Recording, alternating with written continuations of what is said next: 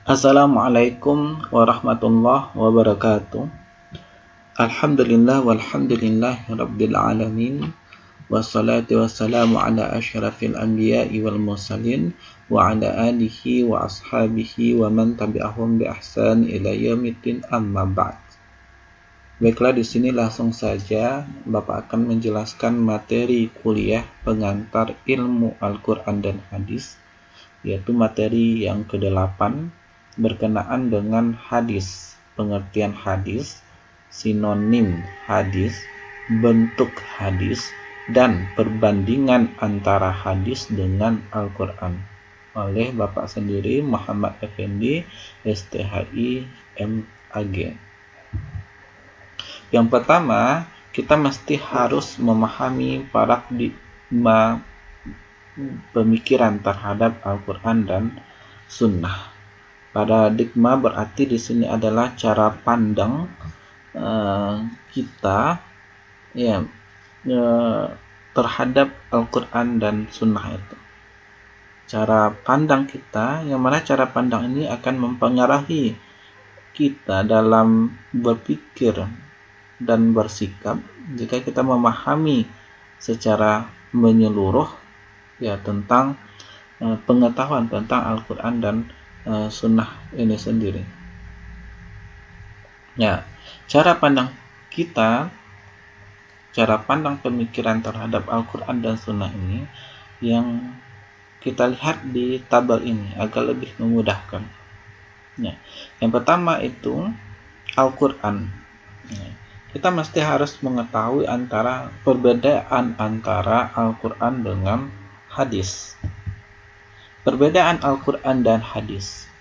Al-Quran itu adalah sumber hukum yang pertama. Dan hadis itu merupakan sumber hukum yang kedua di dalam ajaran agama Islam. Artinya kalau kita ingin menentukan satu hukum dalam hukum Islam, baik berkenaan dengan ibadah, sholat, muamalah, fikih, dan hal yang lainnya, kita pertama kali itu harus merujuk kepada sumber yang pertama. Baru itu sumber yang kedua, harus secara berurutan. Selanjutnya kita lihat perbedaan Al-Quran dan hadis. Al-Quran adalah kalamullah. Al-Quran adalah perkataan Allah yang diwahyukan itu lewat malaikat Jibril melalui lafaz dan maknanya sekaligus. Artinya Al-Quran itu lafaznya itu berasal dari Allah, dan makna dari Al-Quran ini juga berasal dari Allah. Lafaz dan makna Al-Quran berasal dari Allah. Sumbernya yaitu Allah. Sedangkan lafaz hadis diredaksikan oleh Nabi Muhammad. Yang namanya lafaz hadis, contoh innamal a'malu binniyat.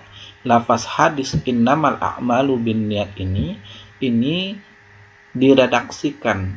Ini berasal dari Nabi Muhammad SAW. Ini lafaznya.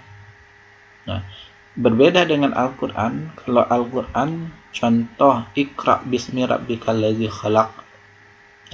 Iqra bismi rabbikal ladzi khalaq ini berasal dari Allah. Lafaz dan makna Al-Quran berasal dari Allah, sedangkan lafaz dari hadis ini berasal dari Nabi Muhammad. Dari segi kekuatan dolalahnya, dari segi kekuatan hukum, kekuatan hujjah, yaitu Al-Quran adalah mutawatir yang qat'i. Artinya Al-Quran ini dari segi validitas, otentitasnya itu tidak diragukan lagi.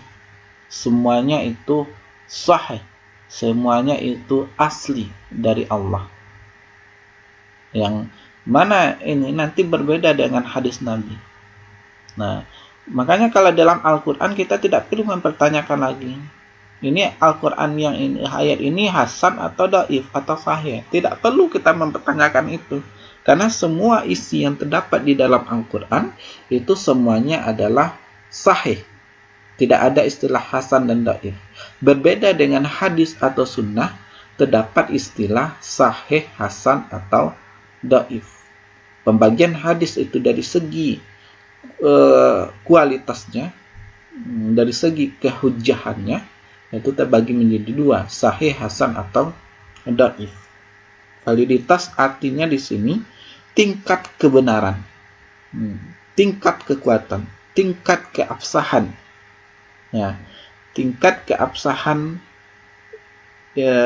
tingkat kebenaran informasi atau fakta, ya, yang benar yang terdapat di dalam hadis Nabi. Karena hadis dan sunnah ini terbagi-bagi.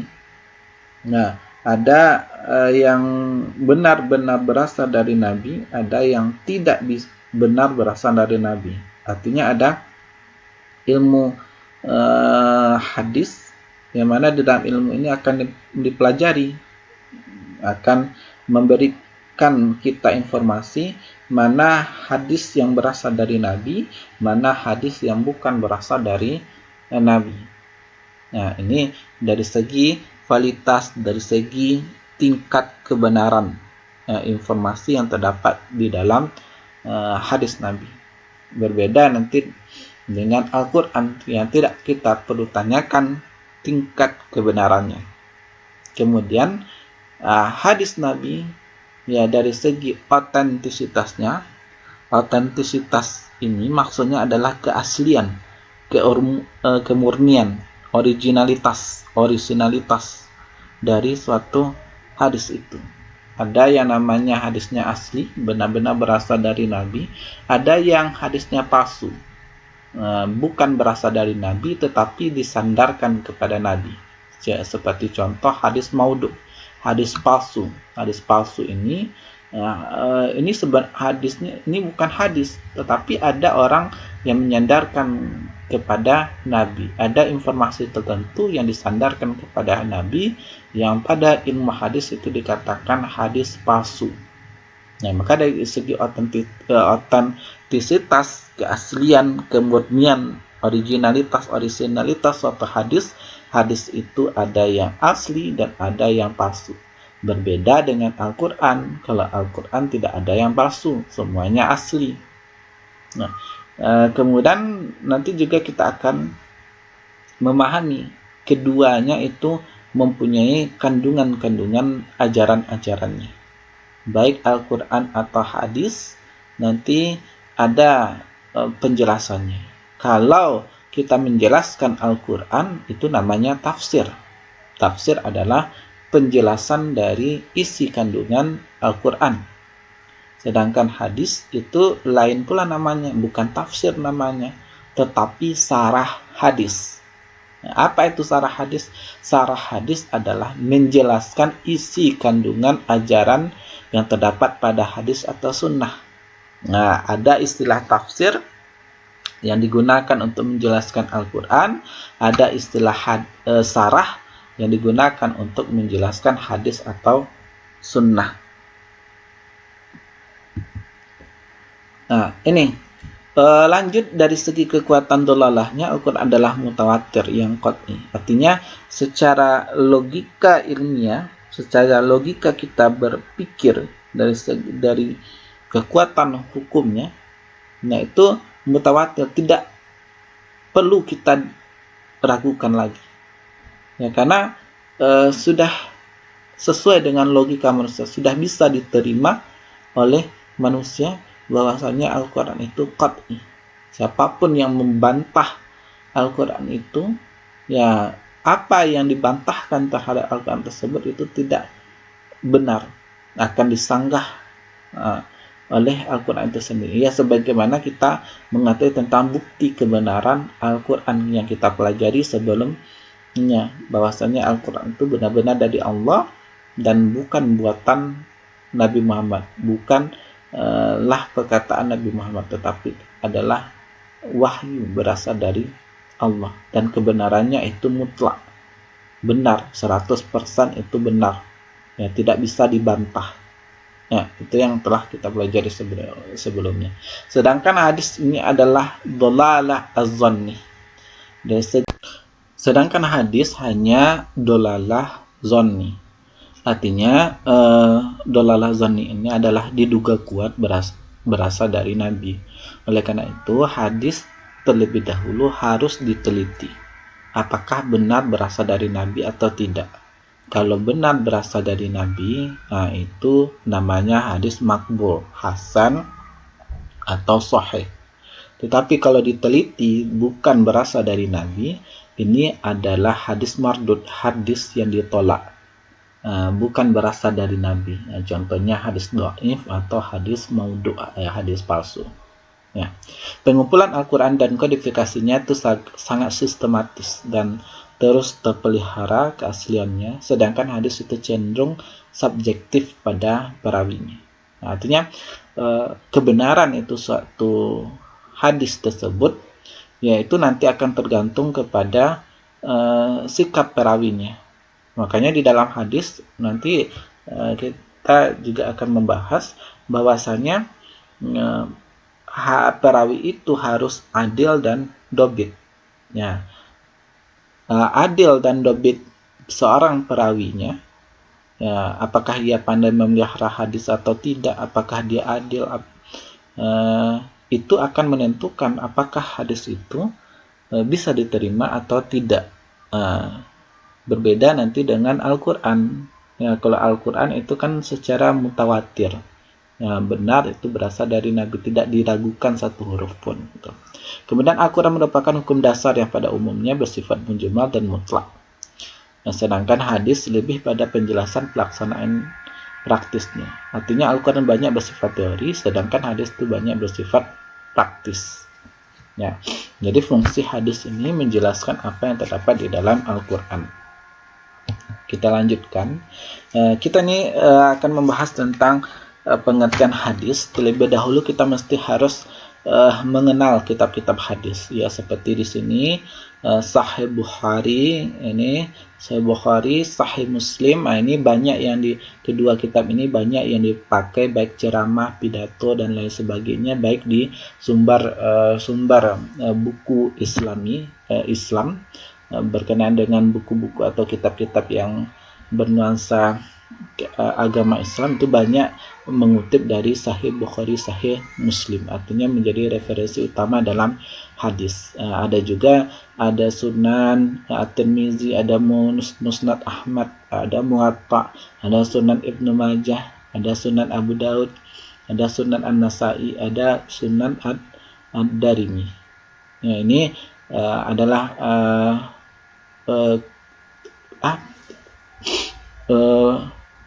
9 kitab Imam hadis.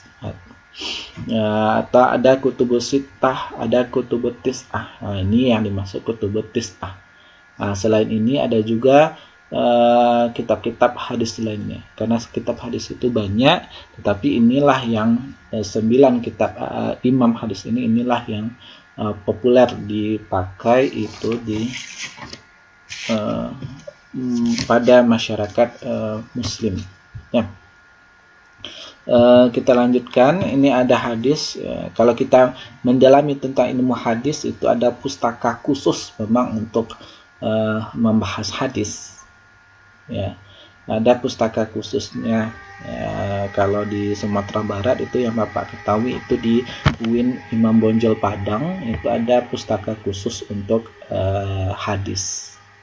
Ya, karena hadis itu sangat banyak kitab-kitab yang berhubungan itu dengan hadis. Ensiklopedia Sunnah Nabi berdasarkan 9 kitab hadis. Yang sekarang kalau kita tuh lebih mudah, lebih gampang berkat kemajuan teknologi, kita mudah baik mencari hadis itu baik melalui HP, Android yang sekarang, ataupun melalui kitab laptop atau aplikasi-aplikasi atau software hadis itu sangat banyak ya. Artinya di sini kita itu lebih mudah dalam mencari hadis-hadis Nabi. Ya, itu sangat banyak tersedia di Play Store. Itu banyak berkenaan dengan kitab hadis. Anda klik saja Sahih Bukhari, nanti akan timbul kitab ini, atau kitab 9 imam hadis, itu akan timbul aplikasinya. Artinya untuk zaman milenial, zaman now sekarang, itu sangat mudah kita dalam hal mencari hadis itu berkat teknologi. Nah, ini contohnya itu yang di dalam HP. Nah, itu mudah kita mencari kitab 9 imam hadis. Ini bisa Anda download di Play Store, karena Anda kan bukan hanya pengantar ilmu Al-Quran dan hadis saja. Ya, nanti untuk semester selanjutnya ya, Anda akan mempelajari ya tentang materi keagamaan yang nanti Anda juga akan membutuhkan untuk mencari referensi-referensi dari hadis. Di Android, di kitab 9 imam hadis, itu banyak referensi-referensi yang bisa Anda dapatkan. Kemudian kita lanjut, di sini adalah pengertian hadis. Menurut Abu Al-Baqa, sebagaimana dikutip oleh Al-Qasimi, kata hadis itu berasal dari bahasa Arab. Ya, hadis ya, yang merupakan bentuk isim, non atau kata benda dari tahdis, dan bentuk tunggal singular dari kata ahadis. Ya, haddasa yuhaddisu hadisan tahdisan, jamaknya ahadis. Kalau bentuk singularnya hadisan atau tahdis, kalau ada bentuk plural atau jamaknya ahadis. Nah, itu diungkap oleh Ajad Al-Khatib dan Muhammad Zuhri. Artinya secara etimologi adalah jadid, baru, qorib, dekat, dan khabar berita, perkataan atau keterangan. Ya. Penyebutan hadis dengan arti jadid dan qorib juga merupakan konsekuensi logis dari menyebut Al-Quran dengan qadim, lama, terdahulu, dan ba'id, jauh, karena bersumber dari Allah Subhanahu wa Ta'ala, sementara hadis hanya bersumber dari utusannya.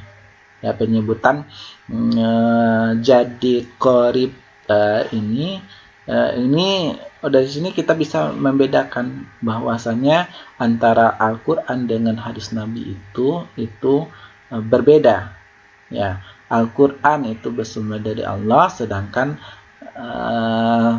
hadis itu bersumber dari Nabi. Nah, kabar, berita, perkataan, keterangan. Ini adalah sesuatu yang diperbincangkan, diberitakan, sesuatu yang dipindahkan dari seseorang itu kepada orang lain. Bagi Az-Zamakhsyari, sebagai dikutip Syuhudi Ismail, hadis disebut sebagai hadis antara lain karena ungkapan periwayatannya.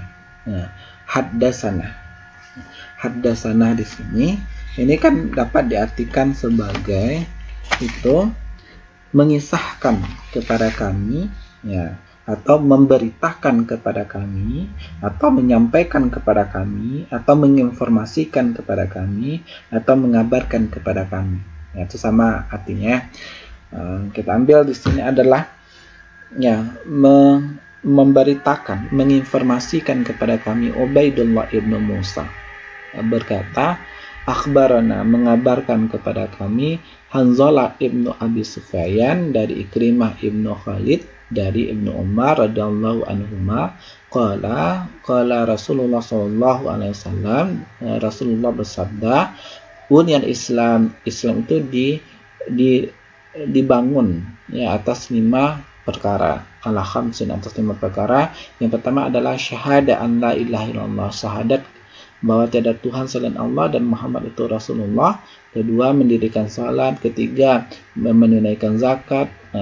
Keempat, haji, dan ada wasauman Ramadan, dan puasa Ramadan. Nah, ini tidak berurutan ya. Ini yang jelas ini terdapat 5 ya, 5 Islam itu dibangun dari 5 perkara. Ya, artinya di sini adalah rukun Islam itu ada 5. Nah, yang kita lihat di sini di dalam hadis ini, ya kata-kata hadis itu terdapat pada sanad hadis itu sendiri. Nah, sanad itu apa? Sanad itu adalah rantai periwayatan dari Rasulullah ke sahabat, sahabat ke tabi'in, tabi'in ke tabi'in, dari generasi Nabi ke generasi sesudahnya, dari generasi sesudahnya ke sesudahnya lagi, terus berlanjut. Ya, dari satu generasi ke generasi, dari generasi Rasulullah menyampaikan ke generasi sesudahnya, generasi sahabat, dari generasi sahabat menyampaikan ke generasi sesudahnya, generasi tabi'in, dari generasi tabi'in menyampaikan ke generasi sesudahnya tabi'in, kemudian terus sampai hadis itu dibukukan menjadi Sahih Bukhari, Sahih Muslim, Sunan Abu Daud, Sunan An-Nasa'i, dan kemudian buku itu dipelihara sehingga sampai kepada zaman kita saat sekarang ini. Ya. Di dalam sanad hadis rantai periwayatan ini sudah jelas dikatakan ada kata-kata haddatsana akhbarana. Ya, kata hadis itu disebut sebagai hadis antara lain karena ungkapan periwayatannya yang terdapat itu pada sanad hadis. Ya. Allah Subhanahu wa taala pun menggunakan kata hadis dengan pengertian ini. Misalnya, ya kata-kata hadis itu juga kita temukan itu di dalam Al-Qur'an. Contoh dalam surat At-Tur ayat 34. Ya, falyatu bihadisin misli in kanu shadiqin. Ya, artinya, ya, maka hendaklah kamu datangkan kalimat yang semisal dengan Al-Quran itu sendiri jika kamu benar-benar termasuk orang yang benar. Nah, arti bihadis di sini artinya adalah kalimat. Nah, kemudian lanjut kepada surat Thaha itu ayat 9, wahal ataka hadis Musa, apakah telah sampai kepadamu itu kisah Musa. Nah, di sini diartikan kisah. Apakah telah sampai kepadamu kisah Musa? Ya, Thaha itu ayat 9. Nah, kemudian juga kata hadis ini juga ditemukan itu di dalam Al-Quran surat Az-Zumar. Allahu nazzala ahsanal hadis. Allah lah yang menurunkan sebaik-baiknya perkataan, yaitu Al-Quran mutasyabih yang serupa ayatnya, masani itu berulang-ulang, gemetar lagi karenanya kulit orang-orang yang takut ya kepada Tuhannya. Ya, di ayat yang lain ada juga illam yu'minu bihadzal hadis asafa. Hadis ya, dalam ayat ini diartikan keterangan. Nah, ini artinya apa? Kata-kata hadis itu juga kita temukan itu di dalam Al-Quran, yang artinya kalimat, artinya keterangan, artinya itu adalah perkataan, artinya itu adalah kisah. Nah, maka kita dapat menyimpulkan bahwa pengertian hadis secara umum adalah bisa diartikan mengisahkan, memberitakan, menyampaikan, menginformasikan, atau mengabarkan. Nah, di samping itu, Suhadi Ismail menjelaskan bahwa pemaknaan istilah hadis juga mengalami perkembangan.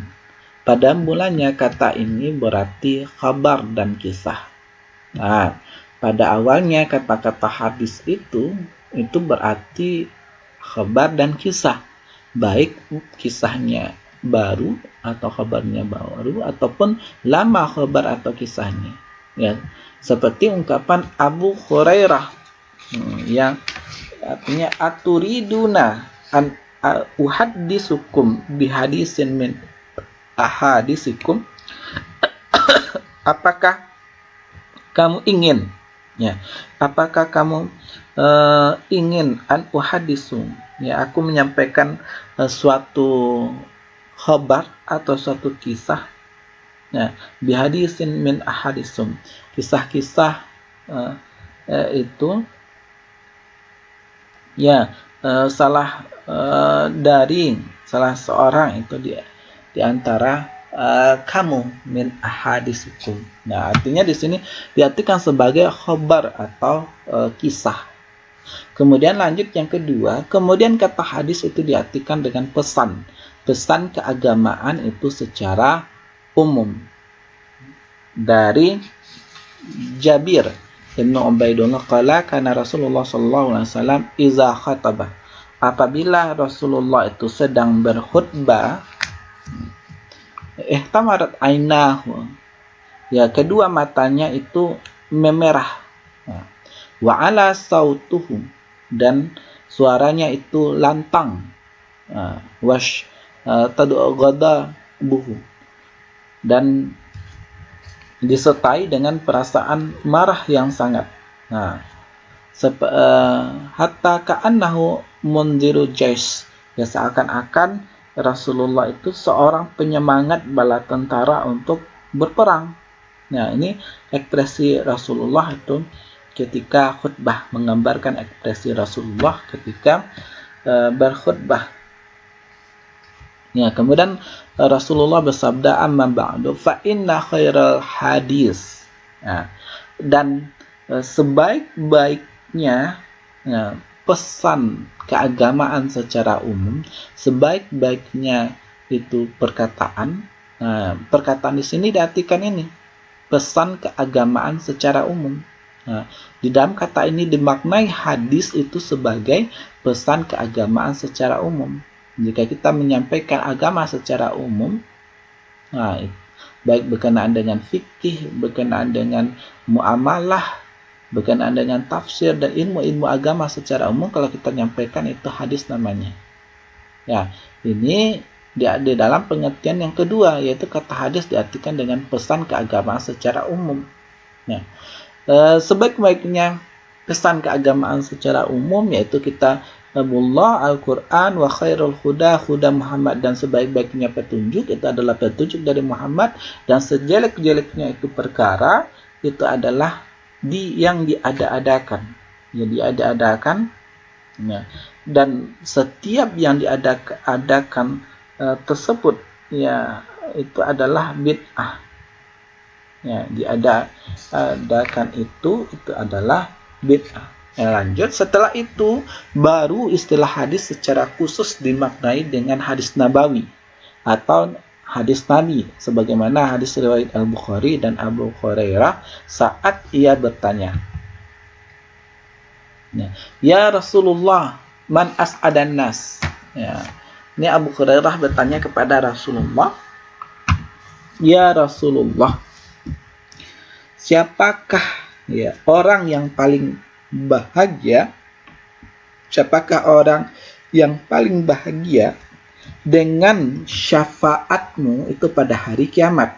Qala, maka Rasulullah itu menjawab, laqad zanantu ya Aba Hurairah alla yas'aluni an hadzal hadis ahad awwalum minka bima ra'aitu min harsika alal hadis.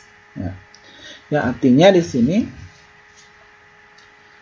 ya aku telah mengira wahai Abu Hurairah bahwasanya yang lebih dahulu, tidak ada yang lebih dahulu dari kamu menanyakan ya berkenaan dengan hadis. Tidak ada seorang pun yang lebih dahulu bertanya tentang hadis ini, ya, daripada kamu. Nah, dan kemauan kamu dan aku melihat kemauanmu itu sangat kuat dalam hal hadis. Nah, di sini Rasulullah ya memberikan istilah hadis itu secara khusus, yang artinya di sini hadis nabawi atau hadis nabi. Bukan artinya pesan keagamaan secara umum, bukan pula artinya khabar dan kisah. Nah, ini dipersempit maknanya di dalam hadis ini, yang dikatakan hadis itu adalah ya hadis yang secara khusus, ya yang berasal dari Nabi. Nah, ini terdapat kita ambil kesimpulan yang seperti ini berasal dari hadis Nabi. Definisi yang lebih lengkap itu diungkap Muhammad Ajat Al-Khatib, yaitu segala sesuatu yang berasal dari Rasulullah. Ma'udifa ilan Nabi min qaulin aw fi'lin aw taqririn aw sifatin. Dan tambahan lainnya, yaitu segala sesuatu yang berasal dari Rasulullah, baik berupa kaul, perkataan, ucapan, dan sabda, fi'il, perbuatan, kelakuan, maupun takrir, ketetapan, persetujuan, diamnya, sifatnya, baik fisik jasmanianya maupun akhlak moralitas ataupun sirah perjalanan hidup beliau, baik itu sebelum beliau diutus sebagai rasul seperti bertahanus beribadah di Gua Hira maupun sesudahnya. Maksud di sini himmah, hasrat atau keinginan Nabi, karakteristik atau sejarah kelahirannya, termasuk juga kebiasaan-kebiasaannya, ya. Dan adab kebiasaan Nabi sehari-hari, akhlak Nabi itu sehari-hari itu juga termasuk dari hadis Nabi. Adapun Abdul Rauf sebagai dikutip Syuhudi Ismail menerangkan bahwa hadis yang mencakup hadis Nabi yaitu hadis qudsi, surat yang dikirim Nabi ke berbagai daerah, ya, sifat-sifat, perbuatan dan akhlak Nabi yang diriwayatkan oleh sahabat serta perbuatan sahabat yang dibiarkan oleh Nabi. Termasuk di sini itu adalah hal ehwal keadaan Nabi, ya termasuk yang berkaitan dengan himmah atau keinginan Rasul yang sudah atau belum yang sempat itu beliau praktekkan. Ya, artinya di sini pengertian dari hadis itu sangat luas, asalkan itu disandarkan kepada Nabi itu namanya hadis. Ya. Dalam penerapannya itu ulama usul nampaknya cenderung menggunakan istilah hadis dalam terma sunnah berupa qauliyah sabda Nabi. Mereka menilai bahwa sunnah lebih luas cakupannya itu ketimbang hadis. Ya. Artinya dari sini ulama usul itu mengartikan hadis itu hanyalah segala sesuatu yang bersumber dari Nabi yang tidak ada kaitannya itu dengan hukum, ya, dan tidak mengandung misi kerasulan seperti tata cara Nabi berpakaian, tata cara Nabi tidur, tata cara Nabi makan, itu tidak termasuk di dalam hadis. Ini menurut ahli usul, karena berbeda antara ahli usul dengan ahli hadis. Karena ahli usul ini mereka berkaitan dengan hukum, ya tentu mereka, ya, kalau tidak ada kaitannya dengan hukum atau tidak ada kaitannya dengan misi kerasulan, ya maka itu tidak dikatakan hadis menurut ahli usul. Adapun di luar yang ada kaitannya dengan hukum, di luar yang ada kaitannya dengan misi kerasulan seperti tata cara berpakaian, tidur, makan, dan ini adalah sunnah, itu bukan hadis Nabi. Ini perbedaan antara ulama usul dengan ulama hadis. Kemudian sinonim istilah hadis. Sinonim istilah hadis ada sunnah, ada atsar, ada khobar. Ya, ini adalah sinonim. Sinonim ini kan ada persamaan. Nah, persamaan. Ada yang menyamakan sunnah itu, hadis itu dengan sunnah, ada yang menyamakan hadis itu dengan khabar, ada yang menyamakan hadis itu dengan atsar. Padahal kalau kita kaji secara mendalam, ada persamaan antara hadis, sunnah, khabar dan atsar, dan ada juga perbedaan antara hadis, sunnah, khabar dan atsar. Nah, kita lihat di sini, kita fokuskan sekarang di sini itu tentang sunnah. Ya. Secara etimologi menurut Ibrahim Tahun, ya, kata sunnah berarti at-tariqat wa asirat hasanatan kana au sayiatan. Nah, ada juga yang menambah au qabihatan. Nah, Artikan di sini cara atau jalan hidup atau jalan yang ditempuh, ya, baik itu terpuji atau tercela. Ini pengertian itu sunnah secara umum, yaitu cara secara bahasa. Ini etimologi secara bahasa, cara atau jalan hidup baik terpuji itu maupun tercela. Nah, ada juga yang mengatakan at-tariqah al-mustaqimah, jalan yang lurus, tuntunan yang tetap konsisten, atau tata cara atau aturan-aturan.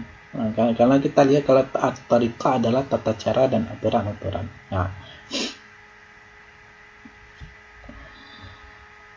dalam konteks ini, Ibnu Hajar al-Asqalani menyebut arti sunnah sebagai tata cara dan aturan. Ini berdasarkan hadis Nabi. Ya, kita perhatikan hadis ini. Hadis yang diriwayatkan itu dari Anas bin Malik. Anas bin Malik radhiyallahu anhu itu yaqulu berkata, Ja'a itu datang. Ya, datang itu ada 3 orang yang mendatangi rumah istri Nabi Sallallahu Alaihi Wasallam untuk bertanya tentang ibadah beliau. Ila buyutun azwajin Nabi Sallallahu Alaihi Wasallam yas'alu an ibadatin Nabi Sallallahu Alaihi Wasallam. Mereka itu 3 orang ini mendatangi rumah istri Nabi. Mereka itu bertanya tentang ibadah Nabi Muhammad SAW. Lalu setelah itu, falamma ukhbiru ka'annahum tuqalluha. Lalu setelah itu setelah mereka diberitahukan tentang ibadah Rasulullah, mereka itu menganggap ibadah beliau itu sedikit sekali. Mereka berkata, kita tidak ada apa-apanya dibandingkan Nabi Sallallahu Alaihi Wasallam. Ya, takalluha. Di sini beliau menganggap ibadah beliau itu sedikit sekali. Wa aina nahnu minan Nabi Sallallahu Alaihi Wasallam. Kita ini tidak ada apa-apanya itu dibandingkan dengan Nabi Sallallahu Alaihi Wasallam. Beliau Sallallahu Alaihi Wasallam telah diberikan ampun. Qad ghufira. Beliau Sallallahu Alaihi Wasallam telah diberikan ampun. Lalu ma taqaddama min zambihi wa ma ta'akhkhar, telah diberi ampun atas semua dosa-dosanya, baik yang telah lewat itu maupun yang akan datang. Qala ahaduhum, salah seorang itu dari mereka itu mengatakan, fa inni usallil laila abadan. Adapun saya, maka saya akan sholat malam selama-lamanya. Lalu orang lain menimpalinya. Wa qala al-akhar, orang lain menimpalinya, ana asumu ad-dahar. Adapun saya, maka sungguh saya akan puasa terus tanpa berbuka. Ya, wala uftiru, tanpa berbuka. Wa qala akhar, dan adapun yang lainnya itu berkata, ana a'tazilun nisaa fala atuzawwiju abadan. Ya. Sedangkan saya akan menjauhi wanita, saya tidak akan menikah selamanya. Kemudian Rasulullah SAW mendatangi mereka. Ja'a Rasulullah sallallahu alaihi wasallam faqala, kemudian Rasulullah sallallahu alaihi wasallam datang kepada mereka, antum allazi qultum kaza wa kaza. Ya. Apakah benarkah kalian yang telah berkata begini dan begitu? Demi Allah, sesungguhnya. Ya, ama wallah, sesungguhnya inni la akhsyakum wallahu atqakum lahu. Sesungguhnya aku ini adalah orang yang paling takut kepada Allah dan paling takwa kepadanya itu di antara kalian. Lakinni asumu wa aftiru, akan tetapi aku berpuasa dan juga aku berbuka. Aku sholat malam Wa usolli, aku salat malam, dan aku juga tidur. Wa dan aku menikahi wanita, maka barang siapa yang faman raghiba an sunnati falaysa minni, maka barang siapa yang tidak menyukai sunnahku, maka ia termasuk golonganku. Barang siapa, maka ia tidak termasuk golonganku. Maka barang siapa yang tidak menyukai sunnahku, maka ia tidak termasuk golonganku. Nah, ini dalam hadis ini menggambarkan bahwasanya sunnah itu adalah sebagai tata cara atau suatu aturan. Muhammad Zuhri juga menyebutkan bahwa makna lain dari sunnah yaitu cara berbuat, sikap hidup, dan kebiasaan, tradition.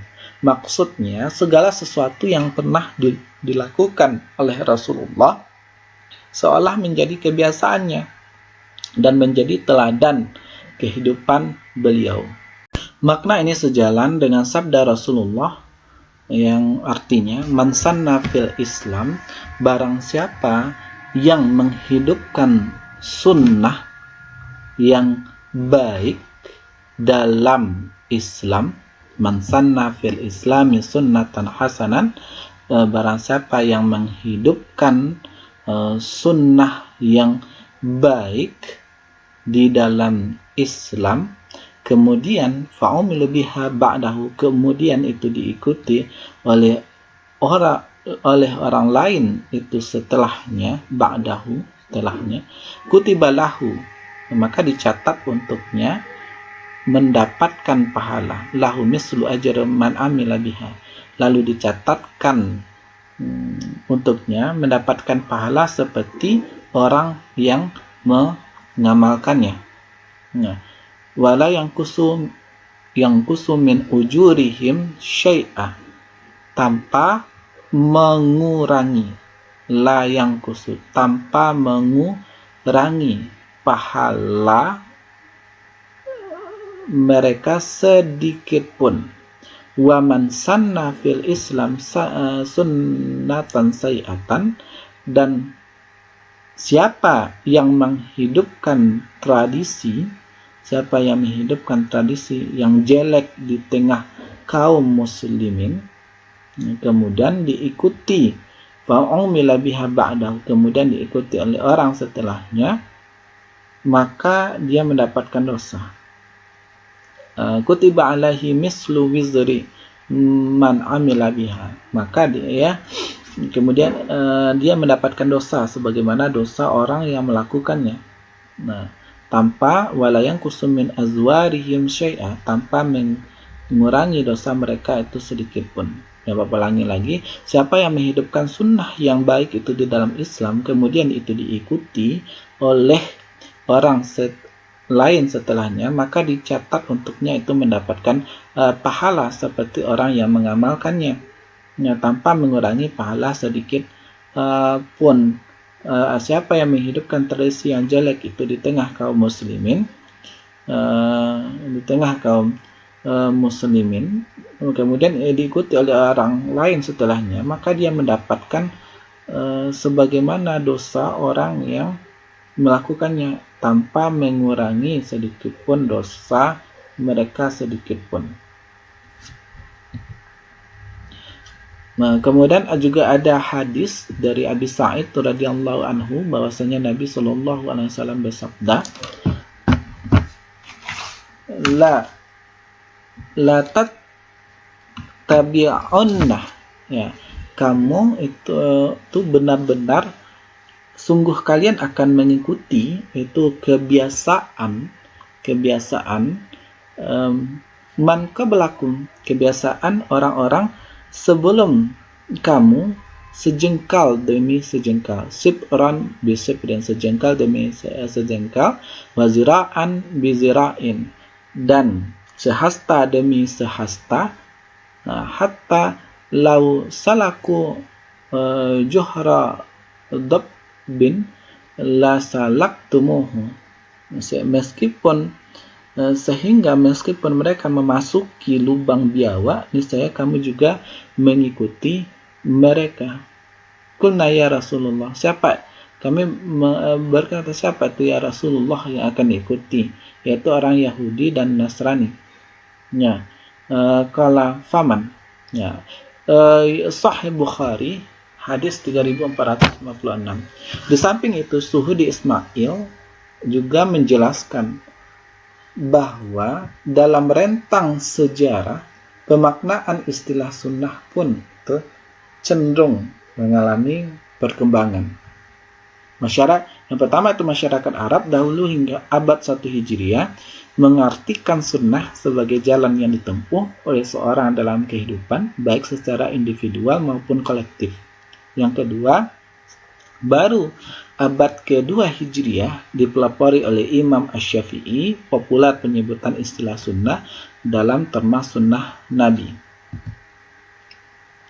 Yang ketiga selanjutnya, pada abad keempat Hijriah, ulama kalam mutakalimin mendefinisikan sunnah dalam makna yang lain, yaitu i'tikad.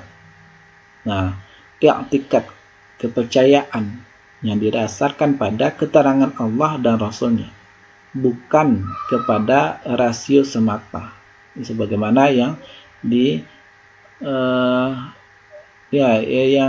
yang terdapat paham pada ahlu sunnah.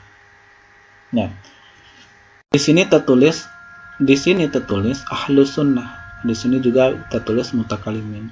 Artinya di sini dalam hal mendefinisikan sunnah itu memiliki kesamaan antara ahli sunnah dan mutakalimin. Kalau mutakalimin, ya i'tikad yang disandarkan pada keterangan Allah dan Rasulnya, bukan kepada aspek rasio semata. Begitu juga dengan ahlu sunnah. Ahlu sunnah sama definisi sunnah, yaitu i'tikad didasarkan pada keterangan Allah dan Rasulnya, bukan kepada rasio semata. Ya, ini maksudnya ya.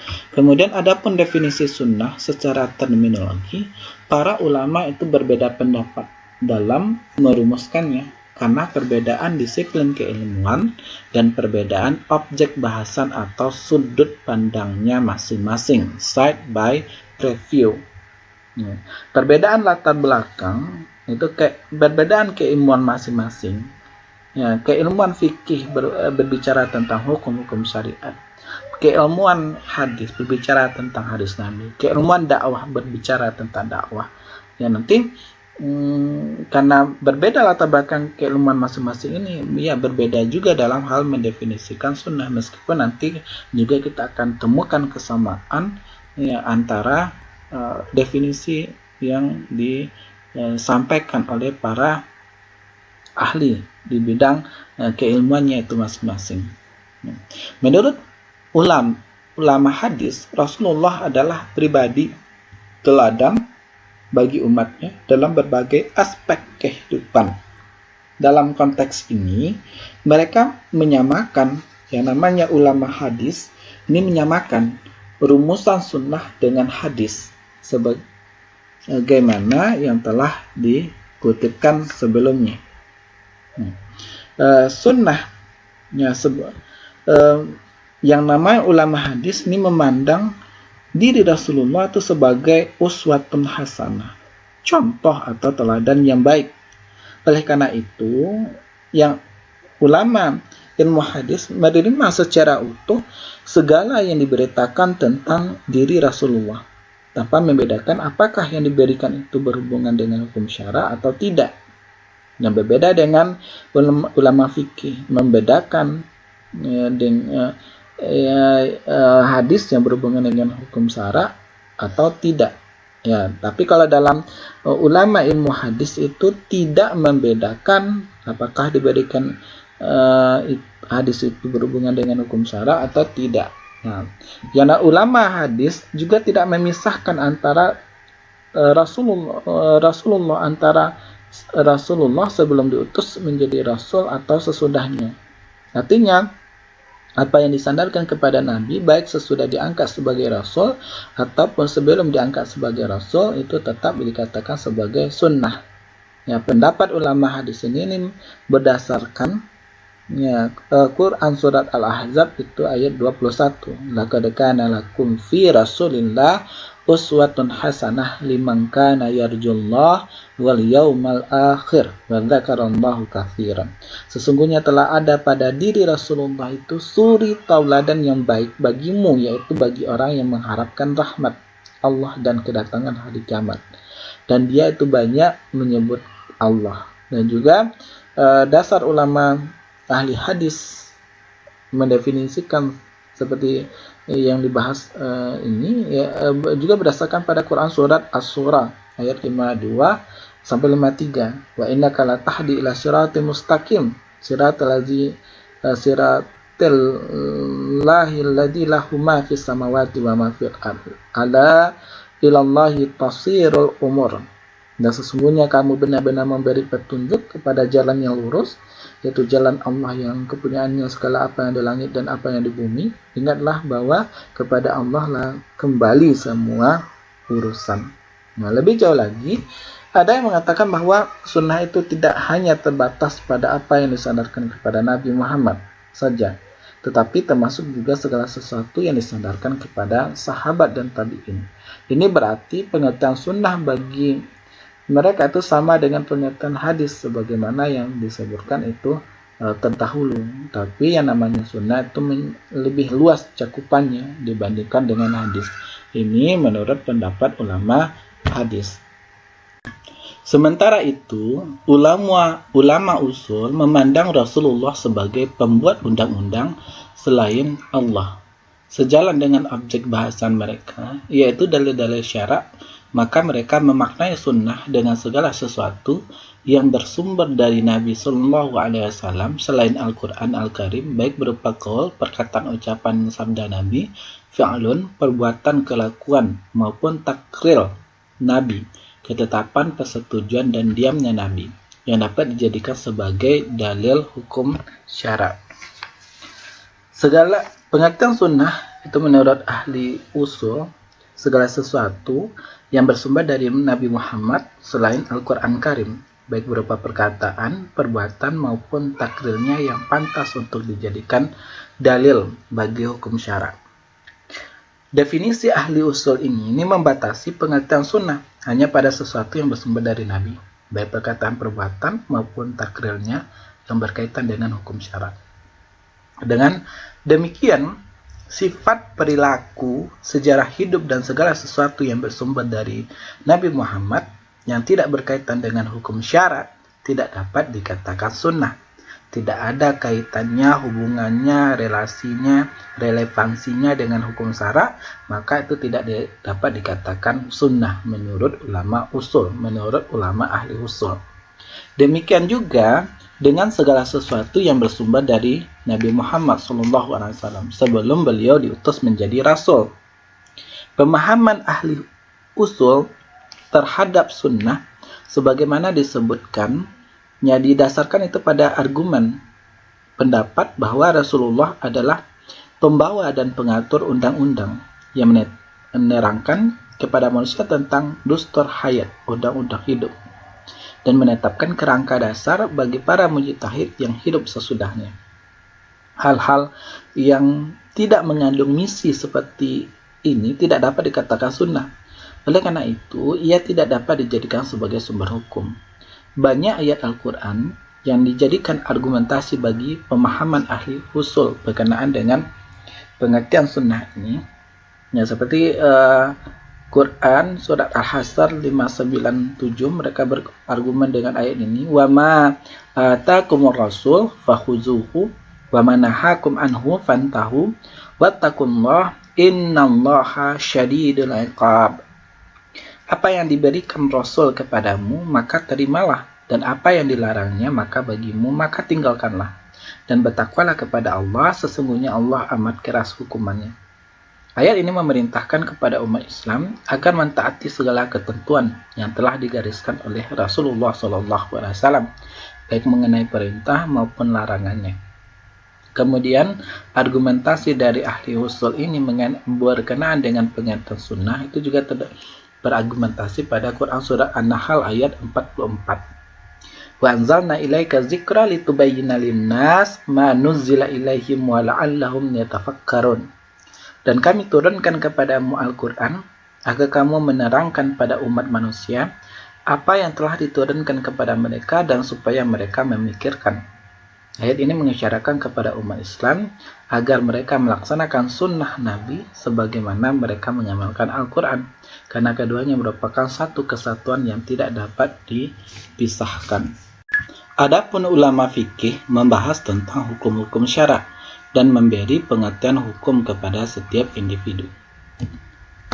Mereka mendefinisikan sunnah dengan segala sesuatu yang telah terbukti dari Nabi SAW, bukan termasuk pengertian fardu atau wajib dalam agama, dan bukan pula bersifat taklif, pembebanan, melainkan hanya berupa anjuran. Ya. Pengertian sunnah yang lainnya juga bisa kita lihat dari ahli fikih, yaitu segala ketetapan yang berasal dari Nabi Muhammad selain yang difardukan dan diwajibkan. Menurut mereka, sunnah merupakan salah satu hukum yang 5, wajib, sunnah, haram, makruh, mubah, dan yang tidak termasuk kelima hukum ini disebut bid'ah. Nah, di sini yang dimaknai oleh ahli fikih yang sunnah seperti ini. Sunnah lawan dari wajib. Nah, itu menurut pengertian sunnah menurut ahli fikih. Nah, kita lihat definisi lainnya menurut ahli fikih pengertian sunnah ini. Segala sesuatu yang apabila dikerjakan lebih baik daripada ditinggalkan. Kelebihan ini tidak berarti larangan ancaman karena meninggalkannya, seperti sunnah-sunnah dalam salat dan wudhu. Nah, seperti salat. Salat kan ada sunnahnya, yaitu salat sunat sesudah salat wajib. Ya, sesudah salat zuhur umpamanya kan ada salat sunat. Nah, yang sunnah yang seperti ini yang dimaksud oleh ahli fikih. Ya. Pekerjaan sunnah ini membawa kemanfaatan sehingga dianjurkan untuk mengerjakannya. Namun tidak ada yang mengharamkan meninggalkannya. Jelaslah bahwa bagi yang mengerjakan akan mendapatkan pahala, dan bagi yang meninggalkannya itu tidak akan mendapatkan siksa. Ulama ahli fikih mendefinisikan sunnah seperti ini karena mereka memusatkan pembahasan tentang pribadi dan perilaku Rasulullah pada perbuatan-perbuatan yang melandasi hukum syara agar ditetapkan pada perbuatan manusia pada umumnya, baik yang wajib, haram, makruh, mubah maupun sunnah. Ini memang tidak dapat dilepaskan dari dasar hukum menurut mereka, yaitu hukum syara yang 5. Oleh karena itu, apabila mereka berkata perkara ini sunnah, maksudnya mereka memandang bahwa pekerjaan itu membawa nilai syariat yang dibebankan oleh Allah kepada setiap yang balik dan berakal dengan tuntutan yang tidak mesti. Dengan kata lain, tidak fardu dan tidak wajib menurut ulama Hanafiyah dan tidak wajib menurut ulama fikih lainnya. Lebih lanjut, mereka berpendapat bahwa sunnah berlawanan dengan bid'ah. Karena di masa Rasulullah, sunnah diartikan dengan cara dan perilaku yang diikuti yang menyangkut masalah agama. Sedangkan bid'ah menurut bahasa adalah perkara yang baru. Imam Asy-Syatibi berkata, pokok pengertian bid'ah adalah menciptakan sesuatu baru tanpa contoh terlebih dahulu. Kemudian lanjut yang lainnya lagi, pengertian sunnah itu menurut ulama dakwah. Mereka cenderung memposisikan sunnah yaitu sebagai lawan dari bid'ah, yaitu amalan agama yang diada-adakan tanpa dasar tradisi atau tata cara beragama. Pada sisi lain, Syuhudi Ismail mengemukakan adanya perbedaan spesifik maksud istilah sunnah dan hadis sebagai dapat dilihat dari jabaran dalam tabel berikut ini. Penjelasan maksud istilah, di sini kita akan melihat tabel, yang mana di tabel ini terdapat perbedaan pendapat ulama berkenaan dengan pengertian hadis secara istilah dan perbedaan pengertian sunnah di dalam istilah. Nah, di sini ada perbedaan pendapat itu di kalangan ulama. Kita lihat yang pertama, itu nama ulamanya adalah Sulaiman An-Natawi. Kalau hadis menurut Sulaiman Al-Nadwi itu adalah segala peristiwa yang dinisbatkan kepada Nabi, walaupun hanya sekali beliau kerjakan dan hanya diriwayatkan seorang perawi. Artinya di sini ada segala sesuatu peristiwa yang mana sumber beritanya itu berasal dari Nabi, disandarkan itu kepada Nabi, walaupun itu hanya satu berita peristiwa, walaupun itu hanya diriwayatkan oleh seorang perawi. Ya. Kemudian pengertian sunnah menurut Sulaiman An-Nadawi itu adalah nama bagi segala sesuatu yang kita terima secara mutawatir dari Nabi SAW. Di sini An-Nadawi ini mengkhususkan hanya yang mutawatir yang berasal dari Nabi saja yang disebut sebagai sunnah. Kemudian selanjutnya nama ulama Al-Qadir Al-Hasan mengartikan hadis secara istilah ialah berhubungan dengan masalah yang bernuansa teoritis, nazari, hal-hal yang bersifat teoritis yang berasal, ya sumber beritanya itu berasal dari Nabi. Nah, itu dikatakan sebagai hadis. Sedangkan sunnah menurut Al-Qadir Al-Hasan yaitu berhubungan dengan masalah yang bersifat praktis, yang bersifat amali. Nah, kemudian nama ulamanya Ibnu Al-Hummam yang menyatakan bahwa istilah hadis secara istilah adalah riwayat berupa sabda Nabi Shallallahu Alaihi Wasallam. Nah, kemudian yang selanjutnya sunnah menurut Ibnu Al-Hummam itu adalah riwayat berupa sabda dan perbuatan amalan Nabi Shallallahu Alaihi Wasallam. Nah, ini hampir sama dengan di atas, yaitu berkaitan dengan perbuatan atau amalan dari Nabi. Ya. Kemudian nama ulama Taufik Siddiq itu hadis secara istilah adalah sabda Nabi yang diriwayatkan secara ahad, terbatas hanya orang yang mengetahuinya dan tidak menjadi amalan umum. Itu hadis menurut Taufik Siddiqi. Sedangkan sunnah menurut Taufik Siddiqi adalah tata cara dan perilaku Nabi SAW yang diamalkannya terus-menerus dan diikuti oleh para sahabat. Kalau kita lihat di sini, Al-Qadir, Ibnu Al-Hummam dan Taufik Siddiq ini mengatakan sunnah lebih mengarahkan kepada amalan atau perbuatan yang dilakukan oleh Nabi.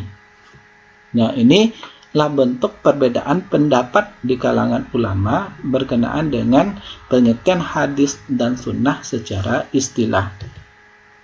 Kemudian sunnah versus hadis, apa bedanya? Nah, tadi kan kita sudah membahas bahwasanya itu berbeda-beda pendapat di kalangan ulama dalam memberikan pengertian secara istilah terhadap hadis dan sunnah. Itu berbeda-beda pendapat. Nah, ini salah satu pendapatnya. Ya, kalau sunnah secara bahasa ini bermakna tradisi, sedangkan hadis bermakna pembicaraan. Dalam ilmu istilah hadis, biasanya para ulama menggunakan terma sunnah untuk membahasakan suatu kebiasaan yang mewujud tradisi yang dilakukan oleh banyak orang, baik Nabi Muhammad SAW maupun para sahabat. Baik itu kebiasaan dari Nabi ataupun kebiasaan dari sahabat ataupun kebiasaan dari banyak orang yang ada pada masa Nabi, itu diartikan sebagai sunnah, dipahami sebagai sunnah. Nah, sedangkan hadis ini memiliki ruang definisi yang lebih spesifik, artinya lebih sempit pemahamannya. Artinya kalau sunnah itu pengertiannya itu lebih luas dibandingkan dengan hadis, karena hadis itu lebih spesifik, dibatasi pengertiannya. Nah, hadis adalah segala sesuatu yang datang dari Nabi Muhammad SAW, baik berupa perkataan, perilaku, sebuah takrir dan lain sebagainya. Nah, kalau kamu menciptakan sebuah tradisi dan baik dan itu diikuti oleh orang lain, ya kamu itu sedang nyunnah namanya. Nah, dengan ini yang disebutkan dengan sunnah. Artinya pengertian sunnah ini lebih umum. Nah, bisa sesuatu berasal dari Nabi, bisa dari sahabat, bisa dari banyak orang lainnya. Ya. Kemudian kita juga mesti mengenal juga 4 sunnah itu para rasul yang harus ya kita ketahui. Yang pertama adalah malu. Malu adalah indikator keimanan seseorang. Malu menjadi pencegah seseorang dari melakukan hal yang tidak etis dan melanggar aturan. Ini gambarnya supaya kita lebih memahami. Kemudian memakai wewangian. Umat Islam harus wangi agar orang lain mudah mendekat dan lahir kesan-kesan baik serta positif. Nah, ini gambar parfum di sini ya. Kemudian bersiwak adalah sunnah. Nah, sunnah Nabi pernah hendak mewajibkan siwak kalau itu tidak menyulitkan umatnya. Siwak menggosok gigi. Nah, jikalau tidak memberatkan umatku, niscaya aku akan wajibkan mereka itu bersiwak menyikat gigi itu sebelum sholat. Tetapi yang namanya siwak itu tidak wajib itu sebelum sholat. Nah, itu jika seandainya gitu ya. Ini kan bersifat anjuran dari Nabi. Ya. Kemudian menikah. Nabi Muhammad dan para rasul tidak pernah rela jika hambanya menjomblo. Menikah akan separuh agama dan media bagi tumbuh kembangnya umat Islam. Kemudian kita lanjutkan berkenaan dengan pengertian khabar, sinonim lain dari hadis yaitu khabar. Secara etimologi, khabar adalah an-naba, atau berita. Adapun menurut istilah, ada beberapa pendapat itu di kalangan ulama. Yang pertama adalah menurut Subhi Saleh At-Tibi. At-Tibi menyamakan khabar dengan hadis. Khabar dengan hadis sama, yaitu apa yang datang dari Nabi, baik disandarkan kepada Nabi, marfu kepada sahabat, mauquf maupun kepada tabi'in maqtu. Nah, ini yang seperti ini. Ya, marfu hadis yang dinisbahkan beritanya kepada Nabi, mauquf hadis yang dinisbahkan beritanya kepada sahabat, hadis maqtu hadis yang dinisbatkan beritanya kepada tabi'in. Ada hadis marfu. Marfu itu apa? Nah, hadis ini yang marfu, hadis yang dinisbatkan beritanya, disandarkan beritanya, sumber beritanya itu berasal dari Nabi. Ini marfu. Nah, kemudian mauquf. Mauquf adalah sumber beritanya itu dari sahabat. Nah, itu mauquf, hadis mauquf. Sumber beritanya itu dari sahabat. Nah, dinisbatkan beritanya kepada sahabat, itu mauquf. Kemudian yang ketiga itu hadis maqtu. Nah, hadis maqtu adalah yang sumber beritanya itu dinisbatkan kepada tabi'in. Nah, nih, baik disandarkan kepada Nabi, marfu kepada sahabat maupun kepada maqtu, yang semuanya ini dinamakan sebagai khabar. Nah, dari segi bahasa, arti hadis dan khabar adalah berita. Di samping itu, terma perawi tidaklah terbatas bagi orang yang meriwayatkan berita dari Nabi saja, tetapi juga meriwayatkan berita itu dari sahabat dan tabi'in. Jadi sumbernya bukan hanya Nabi saja kalau khabar, tetapi khabar sumbernya juga berasal dari sahabat atau generasi sesudah sahabat. Apa itu generasi sesudah sahabat? Yaitu tabi'in. Nah, penyebutan hadis dengan khabar yaitu sesuatu yang diperbincangkan dan dipindahkan dari seseorang kepada orang lain, dihubungkan dengan kata tahdis yang berarti riwayat, ikhbar meriwayatkan atau mengabarkan. Kemudian kedua, itu pengertian khabar menurut Ajat Al-Khatib. Nah, sebagian ulama membedakan khabar dengan hadis. Hadis apa yang berasal dari Nabi, sedang khabar adalah apa yang berasal dari selain Nabi. Nah, jadi hadis berasal dari Nabi, sedangkan khabar berasal dari selain Nabi. Itu menurut Ajat Al-Khatib. Implikasinya, orang yang menekuni hadis disebut muhaddis, sedangkan yang menggeluti sejarah disebut akhbari. Hadis bersifat khusus dan khabar bersifat umum. Artinya, setiap hadis adalah khabar dan tidak setiap khabar adalah hadis. Atsar, secara etimologi, atsar itu berarti bekas, sisa sesuatu, atau nukilan. Karena itu doa yang dinukilkan dari Nabi dinamai doa maksur. Nah, atau di Al-Ma'surat itu kan kita tahu Al-Ma'surat itu ada doa-doa yang berasal dari Nabi. Nah, arti doa yang dinukilkan dari Nabi itu dinamai dengan doa maksur. Nah, sesuatu doa umpamanya yang dinukilkan dari Nabi dinamai doa maksur, sedangkan menurut istilah jumhur ulama sama artinya dengan khobar dan ahad. Adapun secara terminologi, ada dua pengertian atsar. Atsar sinonim dengan hadis, sehingga ahli hadis juga disebut atsari. Dalam hal ini At-Tabari memakai terma atsar untuk apa yang datang dari Nabi. Bahkan At-Tahawi juga memasukkan apa yang datang dari sahabat sebagai atsar. Atsar berbeda dengan hadis. Nah, yang sebelumnya itu adalah atsar sinonim dengan hadis, artinya atsar disamakan dengan hadis. Atsar itu sama dengan hadis, sehingga ahli hadis disebut dengan atsari.